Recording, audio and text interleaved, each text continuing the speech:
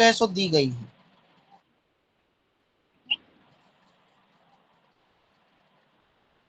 इसको आप लोग देख लीजिएगा। आस-पास पड़ोस के भवनों, कमरों का बेसमेंट, गड्ढे पर क्या प्रभाव, ये सब कुछ जो है सो ये सब जो है विथ रेमेडीज भी दिया गया है। ठीक है ना? ये मैं ग्रुप में भेज दूंगा, इसको आप सभी देख लीजिएगा। ठीक है ना? धन्यवाद गुरुजी। जी गुरुदेव। अब जो है अपने मूल विषय पर हम लोग फोकस करते हैं। जो थोड़ी बहुत चीजें हैं उसको जो है सो जान लीजिए और गृहारंभ से पहले हम लोग इन चीजों को पूरी तरीके से समझ लें। ठीक है? अगर आपके घर के पास ये कुछ चीजें हैं, नोट कर लीजिए पॉइंट्स आप लोग। घर के पास यदि रास्ता समाप्त हो जाता है, आपका घर है, ठीक है, और आपके घर के पास में ही आके रास्ता रुक जाए, इसके बाद रास्ता सबसे उस रास्ते से लास्ट पॉइंट पर आप ही हैं। ठीक है ना? मान के चलिए स्क्रीन दिख रहा है, ये आपका प्लॉट है। ठीक है? ये रोड आ रहा है, ये आके समाप्त हो जाए, या इधर से कोई रोड आके इधर में समाप्त हो जाए आपके भवन के पास। हो सकता है कि नहीं? बोलिए, बताएं जी प्रभु बिल्कुल जी। हो सकता है। तो क्या करें? यह जो है वास्तु दोष निर्माण करता है। इस स्थान पर आपको जो मुख्य जो है, जो जहां रास्ता आपका आ रहा है, उस रास्ते के पास में ही यहाँ पर 4 फीट बाई 4 फीट का आईना लगा दीजिए। इसकी आकृति जो है सो रिफ्लेक्ट हो जाएगी, यानी कि रास्ता जो है सो दूसरी तरफ आईने में ठीक जो है सो उल्टा दिखता है कि नहीं? बोलिए। तो वह जी जी रास्ता जो आपके भवन के पास ना आके वह जो है रिफ्लेक्ट हो जा रही है, तो कुछ दोष जो है समाप्त हो जाता है। ठीक है? बात समझ में आई? जी आगे 4 हो। हाँ 4 फीट बाई 4 फीट का आईना लगा देंगे तो आपका जो है सो दोष समाप्त हो जाएगा।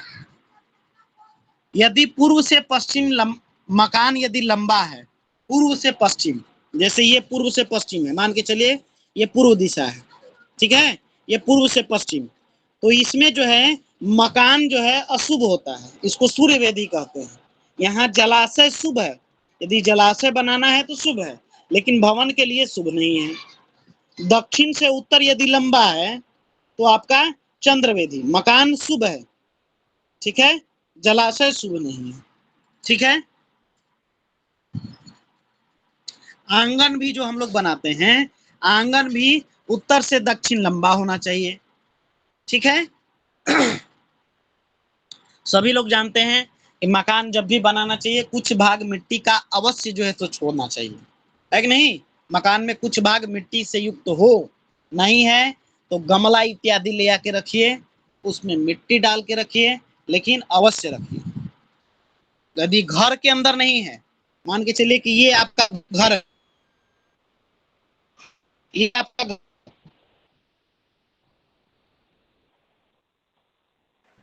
गुरुजी आवाज नहीं आ गुरुदेव रही, आप ना स्क्रीन दिख रही अभी दिख रही है स्क्रीन? है। नहीं नहीं नहीं दिख रही, नहीं दिख रही।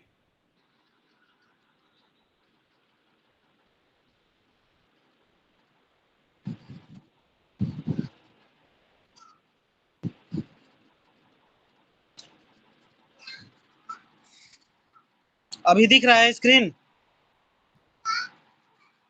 जी अब दिख रहा है। हाँ, तो ये आपका मकान है और ये जो है सो आपकी बाउंड्री की हुई है, 4 दीवारी। अगर इस भाग में मिट्टी का जी स्थान होना चाहिए, इस भाग में मिट्टी का स्थान नहीं है, तो कम से कम से आपकी इस 4 दीवारी के अंदर होना चाहिए।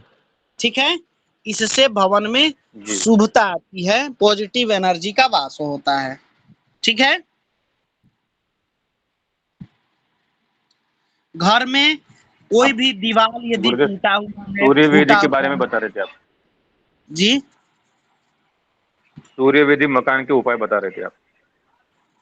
सूर्य वेदी उपाय नहीं बता रहे थे, उपाय अभी बताएंगे। सूर्य वेदी मकान जो है वह शुभ नहीं है, रहने के योग्य जो है सो नहीं माना जाता है। ठीक है, वहां जलाशय शुभ है, मकान जो है सो उसमें अशुभता आ जाती है। वही चंद्रवेदी मकान जो है आपका शुभ है, जलाशय शुभ नहीं है। ठीक है, जी टूटे फूटे मकान में आपको निवास नहीं करना चाहिए। ठीक ना, मकान में यदि दीवार कोई क्रैक है, ठीक है, उसको जो है तुरंत रिपेयर कराना चाहिए। ठीक है, कोई भी दीवार यदि क्रैक है, टूटा हुआ, उसको तुरंत जो है सो रिपेयर कराइए। छत के अंदर क्रैक है, उसको रिपेयर कराइए। ठीक है, सुख की जो है सो प्राप्ति होती है यदि किसी भी मकान में टूटा फूटा पोर्शन नहीं है, पिलर टूटे फूटे नहीं है, क्रैक्स नहीं है इसके अंदर, तो ये सारी चीजें शुभता प्रदान करती है, नहीं तो अशुभता आ जाती है। घर में टूटे फूटे सामान भी नहीं रखा जाना चाहिए। कई लोग का होता है जुड़ा हुआ है, ठीक है, तो चीजें हैं उसको ठीक है मुख्य भवन में नहीं रखना चाहिए। आपका जो मैंने एक भवन बताया था ना जहां पर अनयूज आइटम या ऐसे ही जो छोड़े जाते हैं,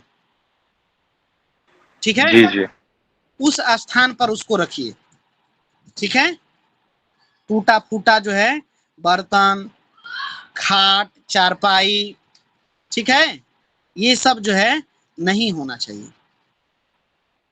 ठीक है, जी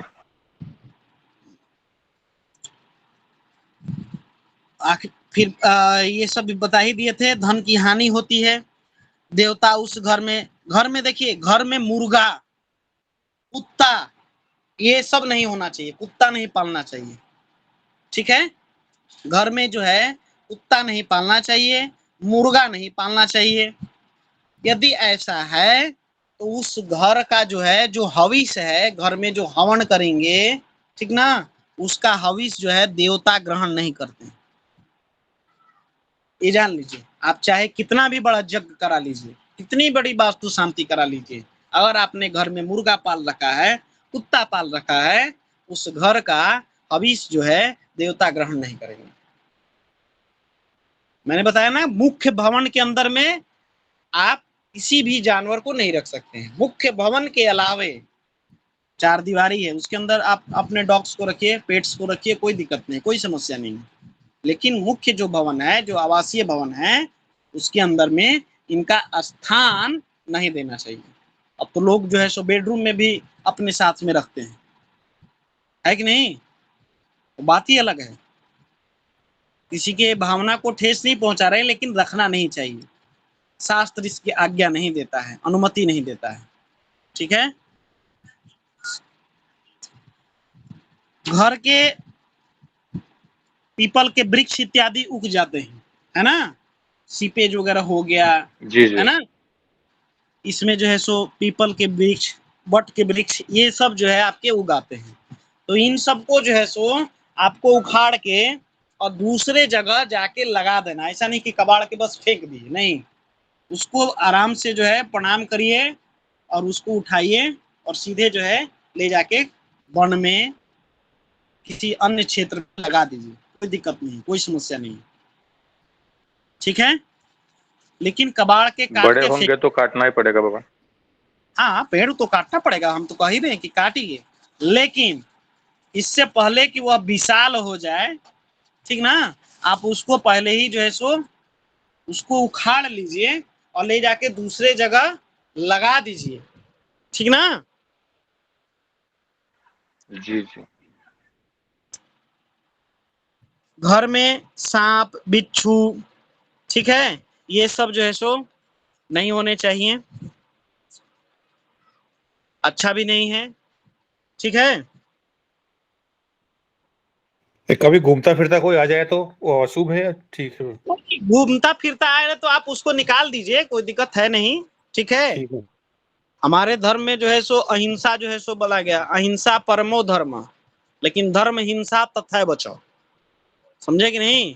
अहिंसा जो है परम धर्म है, हमको किसी पर जो है अत्याचार नहीं करना है, हिंसा नहीं करना। हिंसा के भी कई है, शारीरिक, मानसिक, ठीक ना। अब अपना जान बचाना हो तो धर्म हिंसा तथैव च, धर्म हिंसा आप कर सकते हैं अपनी जान बचाने के लिए, लेकिन जब तक आपको नुकसान ना हो आप हिंसा न करिए, ठीक है। और इन सब का तो बात वैसे भी नहीं होना चाहिए, ठीक है। यदि आपकी सारी चीजें ठीक ठाक हैं तो ये सब आएंगे ही, ठीक ना। जरूर कहीं ना कोई समस्या होगी, तभी जो है आपको इंकित करने के लिए, एक तरीके से आपको डायरेक्शन देने के लिए कि भैया तुम्हारे घर में कुछ दोष बन रहा है, इसको जो है ठीक ठाक कर लीजिए, ठीक है। घर में अगर चींटियां बहुत आ रही हैं गुरुजी, तब क्या करना चाहिए? काली चींटियां। हाँ, तो ये भी शुभ जो है सो नहीं है भगवान, ठीक ना। इसके लिए क्या करना चाहिए? उपाय इसके हैं, उपाय रेमेडी पोर्शन में हम बताएंगे, ठीक है। सभी चीजों के उपाय बताएंगे हम, ठीक है। होना नहीं चाहिए, ये अशुभता का ही प्रतीक है, ठीक है ना। चींटी, चूहे, छिपकली ये नहीं होनी चाहिए कुछ भी, नहीं होना नहीं चाहिए। आपका घर है, निवास के लिए आपका जो है सो स्थान होना चाहिए। बाकी अन्य जीव जो भी होंगे किसी न किसी तरीके से प्रभावित होते हैं आपके द्वारा, आपका जो रहन सहन है इसके द्वारा, या तो आपसे अनजान में हिंसा हो जाएगी, या तो क्या बोलते हैं अपनी 84 लाख योनियां है ना, तो मनुष्य योनि कर्तव्य के लिए है, कर्म करने के लिए है। बाकी योनियों में क्या करना है, अपने कर्मों का फल भोगना है। बोलिए, एक छिपकली क्या कर्म कर सकती है? कोई कर्म कर सकती हैं? बोलिए, एक सर्प क्या कर्म कर सकता है? कोई कर्म है? उसको तो अपना जो यातना है वही भोगना है ना। बोलिए। जी जी सही बात। जी तो ये चीजें जो है आपको ध्यान में रखना है कि हमको जो है अपने से किसी प्रकार की हिंसा नहीं करनी है। अगर आपका पूरी तरीके से वास्तु इत्यादि से, अब घर में मकड़ी आ जाए तो क्या करें? तो भगाएंगे ना भगवान। मकड़ी आएगी क्यों? आप यदि साफ सफाई रखिएगा भवन में, हमेशा धूप दीपक रोशनी इत्यादि बराबर हो भवन में, तो मकड़ी आएगी ही नहीं। बोलिए, आती है तो घर की साफ सफाई भी होनी चाहिए, वो बराबर होते रहना चाहिए। घर में जो है सो पहले क्या करते थे, आजकल तो distemper, snowcem, emulsion paint वगैरह ये सब कुछ आ गया है। पहले क्या था, चूना गारा, यही सबसे ना जो है सो घर की पुताई रंगाई होती थी। बोलिए, जी जी जी दूसरा क्या था? तो वो सारी चीजें जब जाती थी तो वो एक तरीके से क्या काम करती थी, वो सब इंसेक्टिसाइड्स वगैरह ये सब का काम करते थे। और प्रतिवर्ष हम लोग अपने दिवाली इत्यादि जो पर्व त्योहार इत्यादि होते थे, घर की साफ सफाई सब कुछ करते थे कि नहीं? जी बिल्कुल, आज भी ये करते हैं। कल तो 50,000 1 लाख रुपया जो है सो लगा देते हैं पेंटिंग में ही। अब हर साल पेंटिंग नहीं, 5 साल के लिए भाई छुट्टी हो गया, तो 5 जी साल जी तो आपके घर की साफ सफाई होनी नहीं है। बोलिए, तो उन जीवों का वास होगा कि नहीं? कॉकरोच हो, छिपकली हो, चींटी हो, दीमक हो, वास होगा कि नहीं? बोलिए। जी बाबा। अब ये आधुनिकता में हम लोग जी रहे हैं, तो इसको भी जो है सो ध्यान में रखें। सभी चीजों का होना चाहिए, लेकिन साफ सफाई हाइजीन से कभी भी किसी भी प्रकार का रेगुलर हो।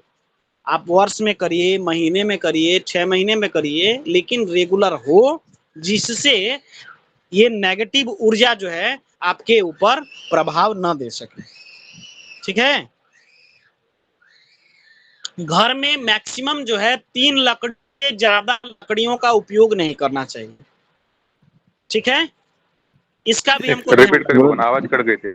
आवाज कट गई। घर में 3 लकड़ी जो फर्नीचर इत्यादि के लिए जो हम लकड़ी यूज करते हैं, ये 3 से ज्यादा जो है सो प्रकार उसका नहीं होना चाहिए। 1 करिए कोई दिक्कत नहीं है, अच्छा 2 करिए कोई दिक्कत नहीं है, 3 करिए तो भी ठीक है। 3 से अधिक जो है लकड़ी का उपयोग जो है अपने भवन में फर्नीचर्स के लिए नहीं करना चाहिए। आप शीशम करिए, टीक करिए, और भी बहुत सारे हैं, महुआ है, इन सब का जो है सो आप कर सकते हैं, ठीक है। बात समझ में आई कि नहीं? जी जी तो ये सारी चीजें जो है बिल्कुल ही, हाँ बोलिए श्वेता जी, नमो नमः बोलिए। गुरुजी। नमो नमो नमः नमः। गुरुजी। 3 प्रकार का लकड़ी, जैसे कि एक शीशम हुआ, एक आम हुआ, फिर एक कुछ हुआ, इस तरह 3 प्रकार का नहीं करना है, एक ही प्रकार का करना है। हाँ 3 प्रकार, मैक्सिमम 3 प्रकार के कर सकते हैं, 3 से ज्यादा नहीं करना चाहिए, जी, जी, जी। ठीक ना। 3 से ज्यादा जो है लकड़ी का जो है सो हमको 4 टाइप की लकड़ी, 5 टाइप की लकड़ी, इसका यूज नहीं करना चाहिए, ठीक है ना। इसका सदैव ध्यान रखना, ठीक है। मैक्सिमम हम 3 कर सकते हैं, 3 से ज्यादा नहीं। आप शीशम से ही पूरा जो है सो अपना चौखट बना लीजिए, किवाड़ बना लीजिए, खिड़की बना लीजिए, दरवाजा बना लीजिए, पलंग बना लीजिए, सोफा बना लीजिए, कोई दिक्कत है नहीं। अब यहाँ पे भी प्रश्न है कि भगवान आजकल रेडीमेड सारा आइटम मिल रहा है, प्लाईवुड वगैरह सब मिल रहा है, अब इसमें क्या करें, है ना। बोलिए राघवेंद्र जी। हाँ जी, ये पूछने वाला ही था मैं। बिल्कुल, अब फर्नीचर तो प्लाईवुड से ही बन रहा है। हाँ तो सारा कुछ तो जो है सो आजकल प्लाईवुड और फ्रेमवर्क जितने भी हैं आपके, जो ग्रुप्स बीट वगैरह आते हैं ना, ये सब कुछ तो रेडीमेड आ रहा है आजकल पूरा। जी जी। अब इसमें कौन सी किसकी लकड़ी है क्या जाने, तो अनजान ज्ञान सदा कल्याण। या तो आप उसकी जो है सो पूरी तरीके से तहकीकात कर लीजिए, संतोषप्रद यदि जवाब मिलता है तो ठीक है, नहीं तो क्या वो तो करिएगा। संभव नहीं है।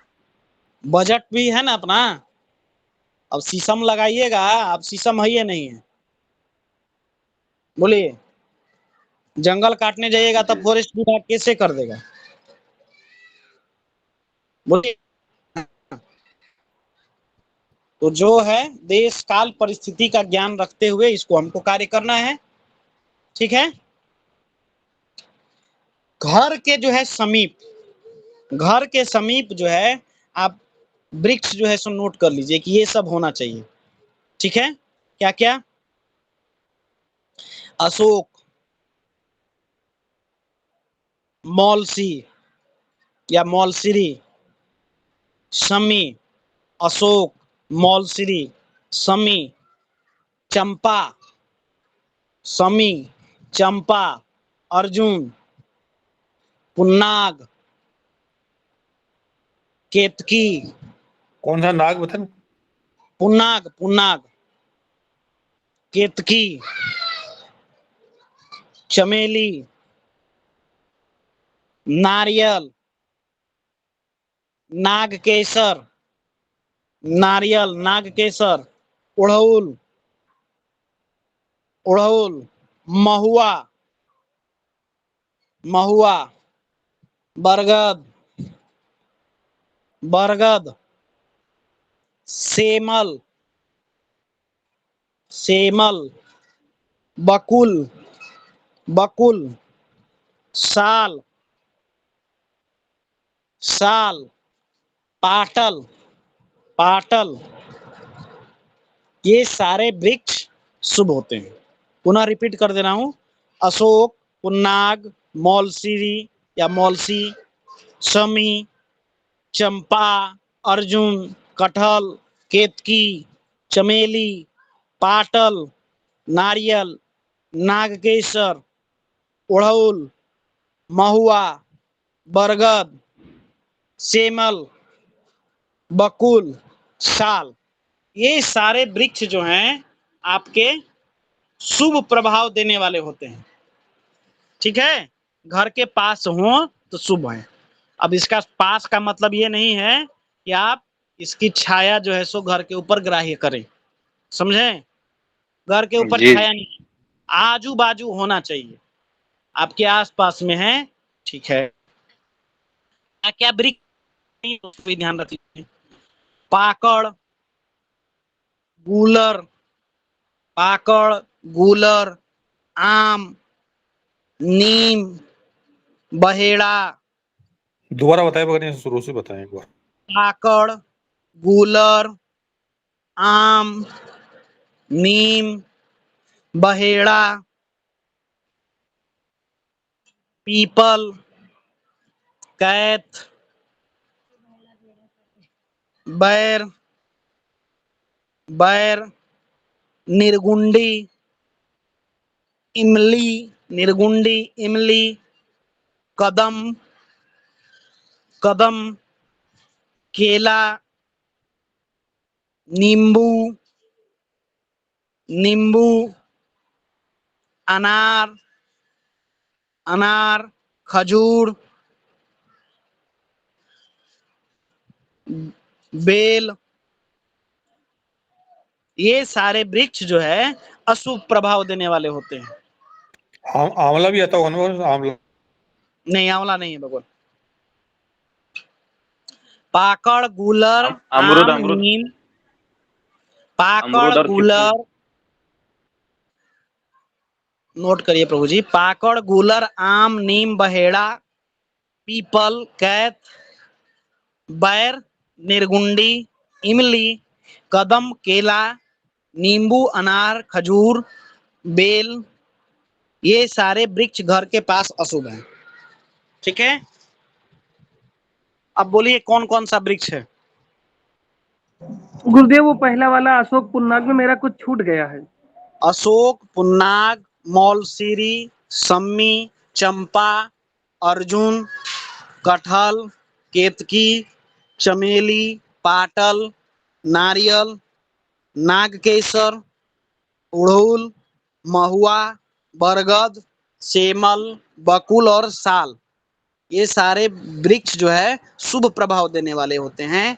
पाकड़, गूलर, नीम, आम, बहेड़ा, पीपल, कैथ, बैर, निर्गुंडी, इमली, कदम, केला, नींबू, अनार, खजूर, बेल, ये सारे वृक्ष शुभ प्रभाव देने वाले होते हैं। आप बोलिए भगवान गुरुदेव कौन कौन से गुरुदेव अमरूद, महुआ में आंवला? तो वो होता है। जी जी ब्रजेश जी। गुरुदेव महुआ तो दूध वाला वृक्ष है, वो तो हानिकारक होना चाहिए।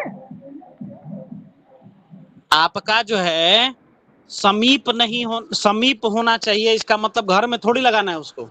नहीं नहीं वो तो सही है गुरुदेव, लेकिन महुआ को लोग वो उसकी बताते हैं ना, छाया इसमें दूध होता है। ने बोला कि ये जितने शुभ वृक्ष हैं, जितने अशुभ वृक्ष हैं, इनमें से जी किसी की छाया आपके जो है भवन पे नहीं पड़नी चाहिए। जी ठीक है, जी ये वृक्ष शुभ होते हैं। जो वृक्ष हमने बताया वो शुभ होते हैं, शुभ प्रभाव देने वाले होते हैं। आपके आजू बाजू में 100 मीटर, 200 मीटर, 500 मीटर के दायरे में हो तो घर जी जी में वहां पर आसपास में सकारात्मक ऊर्जा का वास होता है।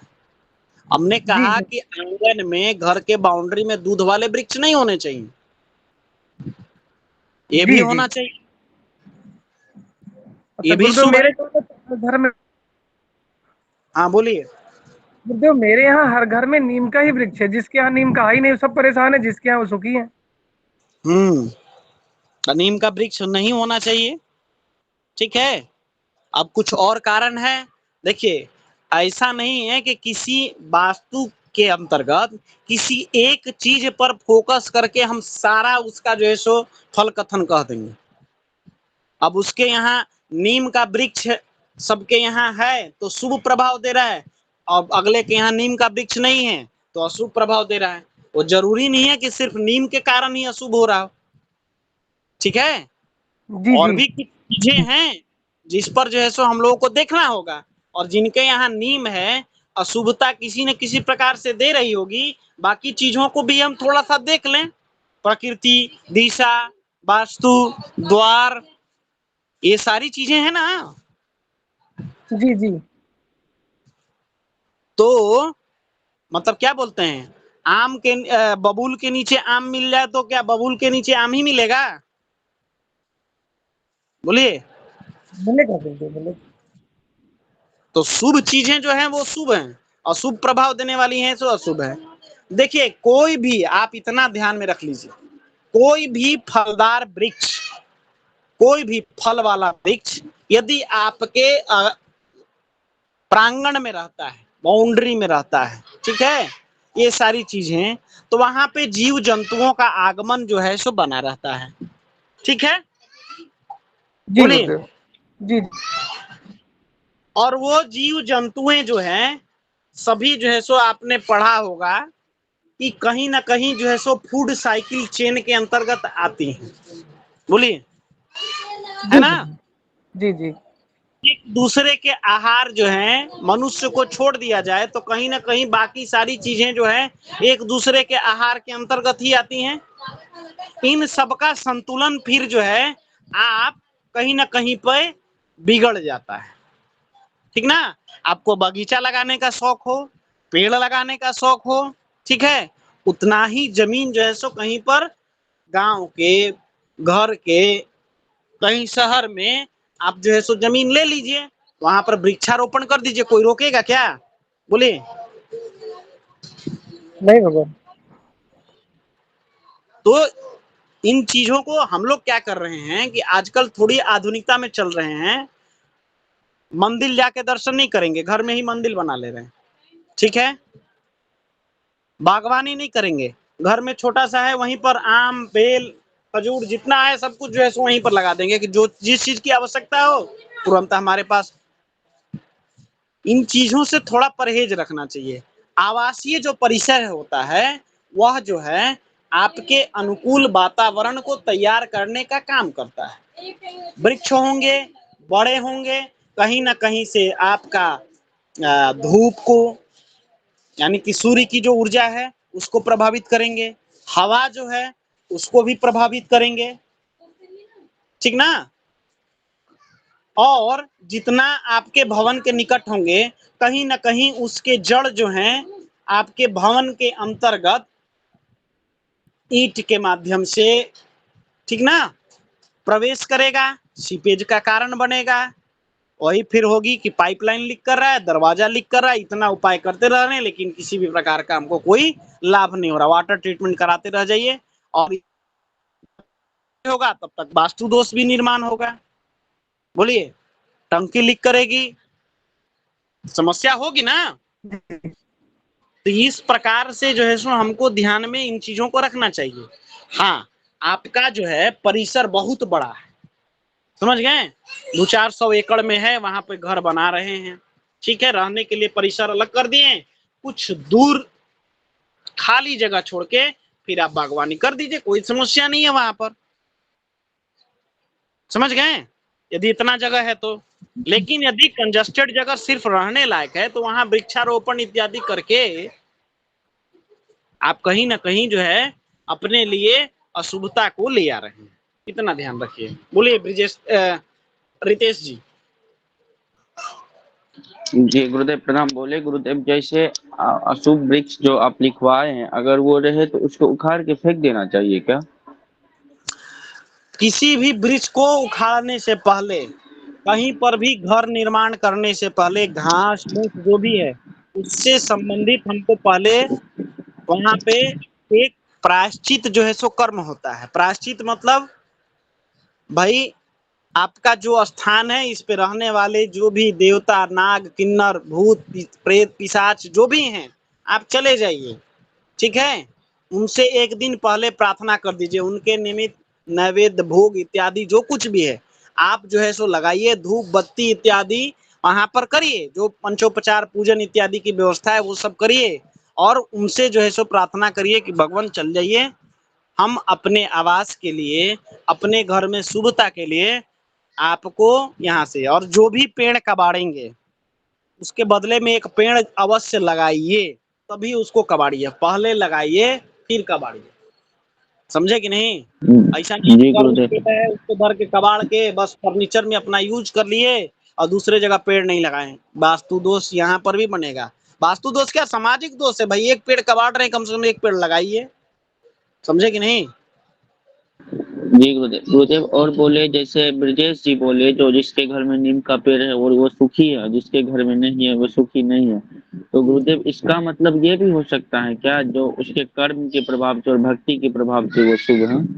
हाँ बिल्कुल हो सकता है, कर्म और भक्ति तो सबसे ज्यादा जो है सो है, ठीक। जी हरिकिशन जी।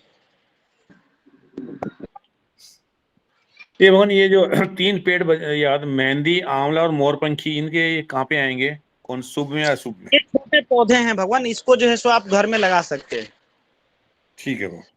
ठीक है, मेहंदी को लगा सकते हैं, कोई दिक्कत है नहीं, समझे ना। हाँ आंवला इत्यादि ये सारे प्रयास करना चाहिए कि ये वृक्ष जो है सो, अच्छा देखिए आजकल जो है एक चीज और है, अचानक आंधी, अचानक तूफान, ये सारा कुछ हो रहा है कि नहीं।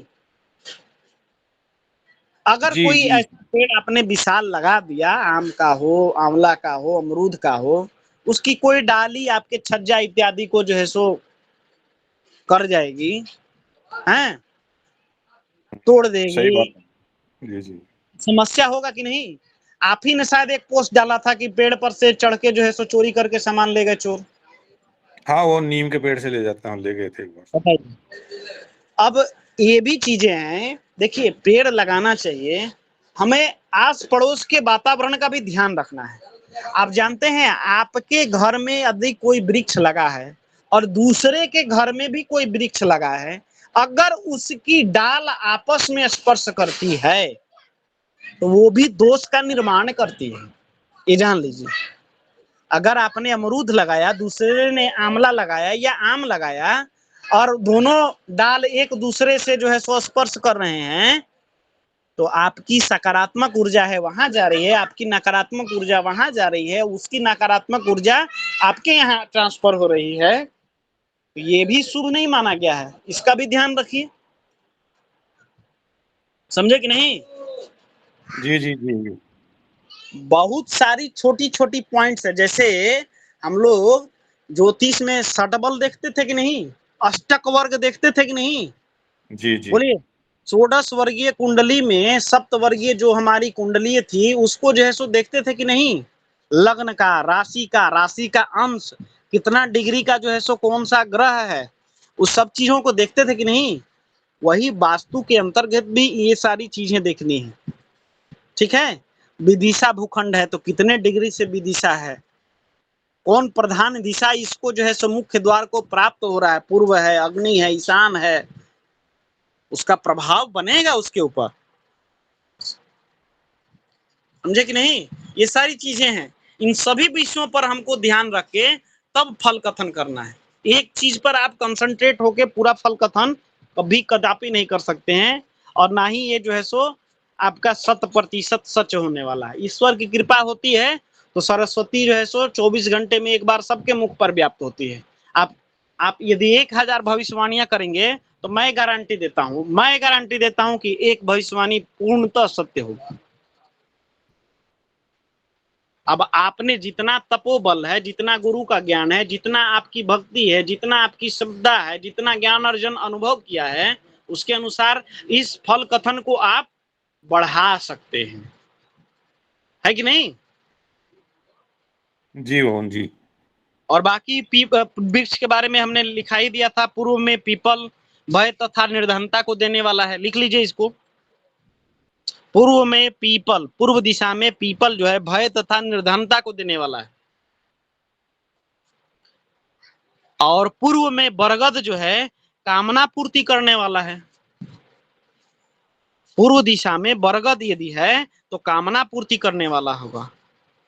अग्निकोण में बरगद, पीपल, अग्निकोण में बरगद, पीपल, सेमल, पाकड़, ये सब मृत्यु तुल्य कष्ट देने वाले हैं। बरगद, पीपल, सेमल, पाकड़, ये सब मृत्यु तुल्य कष्ट देने वाले हैं। अग्निकोण में अनार जो है शुभ होता है, अग्निकोण में अनार जो है शुभ होता है। दक्षिण में आम, कैथ, अगस्त, दक्षिण में आम, कैथ, अगस्त, निर्गुंडी धन का नाश करने वाला होता है। दक्षिण दिशा में आम, कैथ, अगस्त, निर्गुंडी ये सब धन का नाश करने वाले होते हैं। पाकड़ रोग देने वाला होता है, पाकड़ जो है रोग देने वाला होता है। गुलर शुभ होता है, गुलर शुभ होता है। नैऋत्य कोण में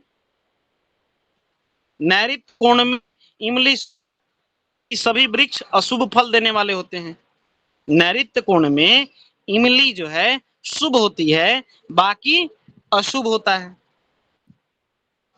दक्षिण और नैऋत्य के मध्य में जामुन शुभ होता है, दक्षिण और नैऋत्य के मध्य में जामुन जो है शुभ होता है। पश्चिम दिशा में बरगद का होना, पश्चिम दिशा में बरगद का होना राजपीड़ा, पश्चिम दिशा में बरगद का होना राजपीड़ा, स्त्रीनाश, ठीक है। स्त्री नाश और कुल को नाश करने वाला होता है, कुल को नाश करने वाला होता है। पश्चिम दिशा में आम, कैथ, इमली, ठीक है, आम, कैथ, इमली, ये सब जो है पीड़ा देने वाले होते हैं। पश्चिम में पीपल शुभ है, पश्चिम में पीपल जो है शुभ फलों को देने वाला है, ठीक है।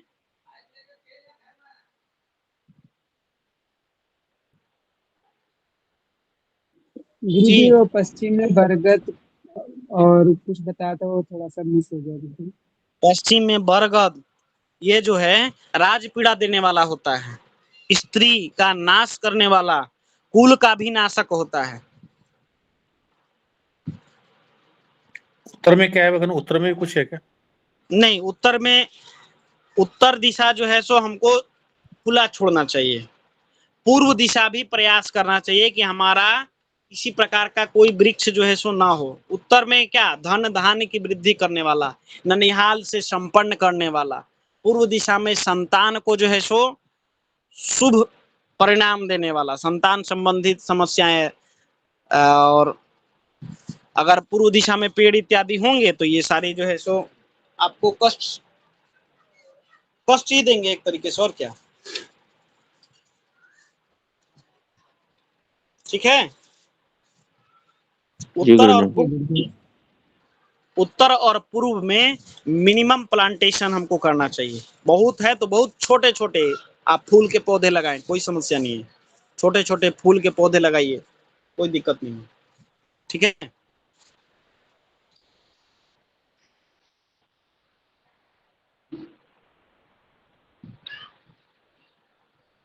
वायव्य कोण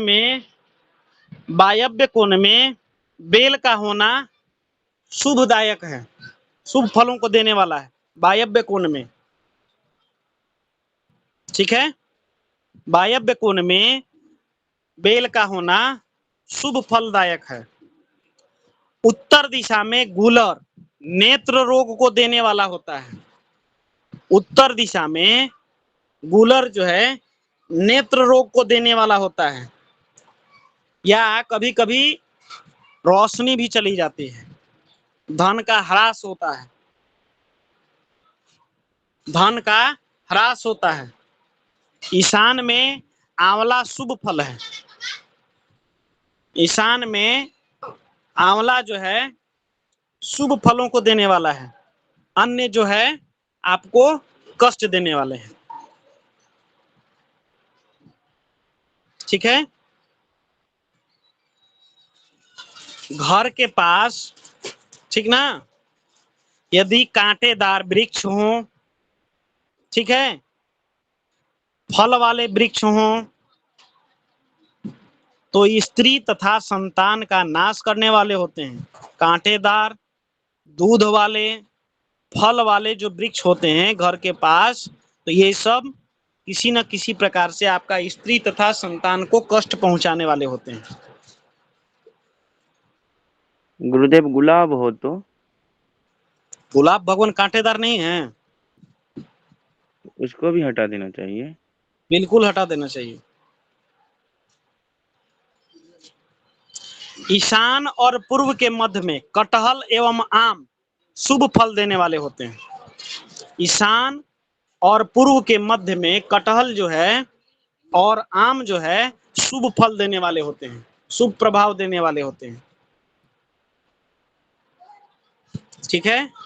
यदि हमको बगीचा लगाना हो तो पूर्व, उत्तर, ईशान, पश्चिम तथा नैऋत्य में लगा सकते हैं। बगीचा मतलब मोटा, ठीक ना। पूर्व, उत्तर, ईशान, पश्चिम और नैऋत्य में हम जो है लगा सकते हैं, ठीक है।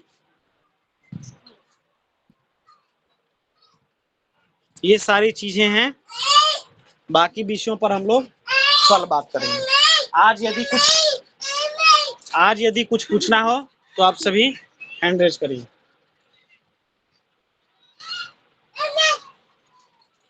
कुछ पूछना हो तो हैंड रेज करिए, अन्यथा समाप्त करेंगे। जी आशीष जी। जी नमो नमः गुरुदेव। गुरुजी सज्जे से संबंधित एक प्रश्न था कि जो घर बनाते हैं गुरुजी, तो सज्जा मतलब बाकी जगहों पे नहीं है, केवल पूर्व दिशा में है। ये घर अपना आगे की तरफ निकालते हैं, तो क्या गुरुदेव वो भी अशुभ माना जाएगा? खाली पूर्व दिशा में मैं है तो उत्तर भगवान होना तो नहीं चाहिए। भवन के यदि चारों तरफ छज्जा है तो किसी प्रकार का छज्जा से संबंधित दोष नहीं होता है। अब आपने पूर्व दिशा में ही छज्जा लगाया है तो कहीं ना कहीं पूर्व दिशा आपकी हो गई भारी। जी तो इसके लिए हमको पश्चिम दिशा को थोड़ा सा जो है सो मजबूत करना चाहिए। हैवी कंस्ट्रक्शन हो, वहां पर सीढ़ियां का निर्माण हो, दीवार पश्चिम दिशा दक्षिण दिशा मोटी हो तो जो है सो अच्छा है। ठीक है जी जी। जी। बोलिए ब्रजेश जी। गुरुदेव जो अभी पेड़ वाला आप बताए, इसकी नोटिस नोट डाल दीजिएगा गुरुदेव, हम उसे देख करके लिख लेंगे। जी बिल्कुल डाल देंगे। और किन्हीं का कोई प्रश्न, कोई सुझाव?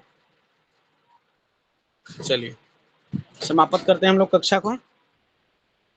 कल हम लोग नए विषयों पर जानेंगे, गृह प्रवेश प्रकरण पर चलेंगे और फिर रेमेडीज को जो है सो हम लोग जानेंगे। ठीक है।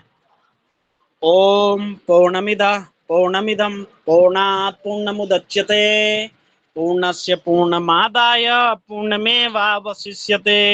ओम शांति शांति शांति। सर्वेभ्यो नमो नमः। सभी को यथायोग अभिवादन, सभी को शुभ रात्रि। धन्यवाद आप सभी का। सर्वेभ्यो नमो नमः। सभी को शुभ रात्रि।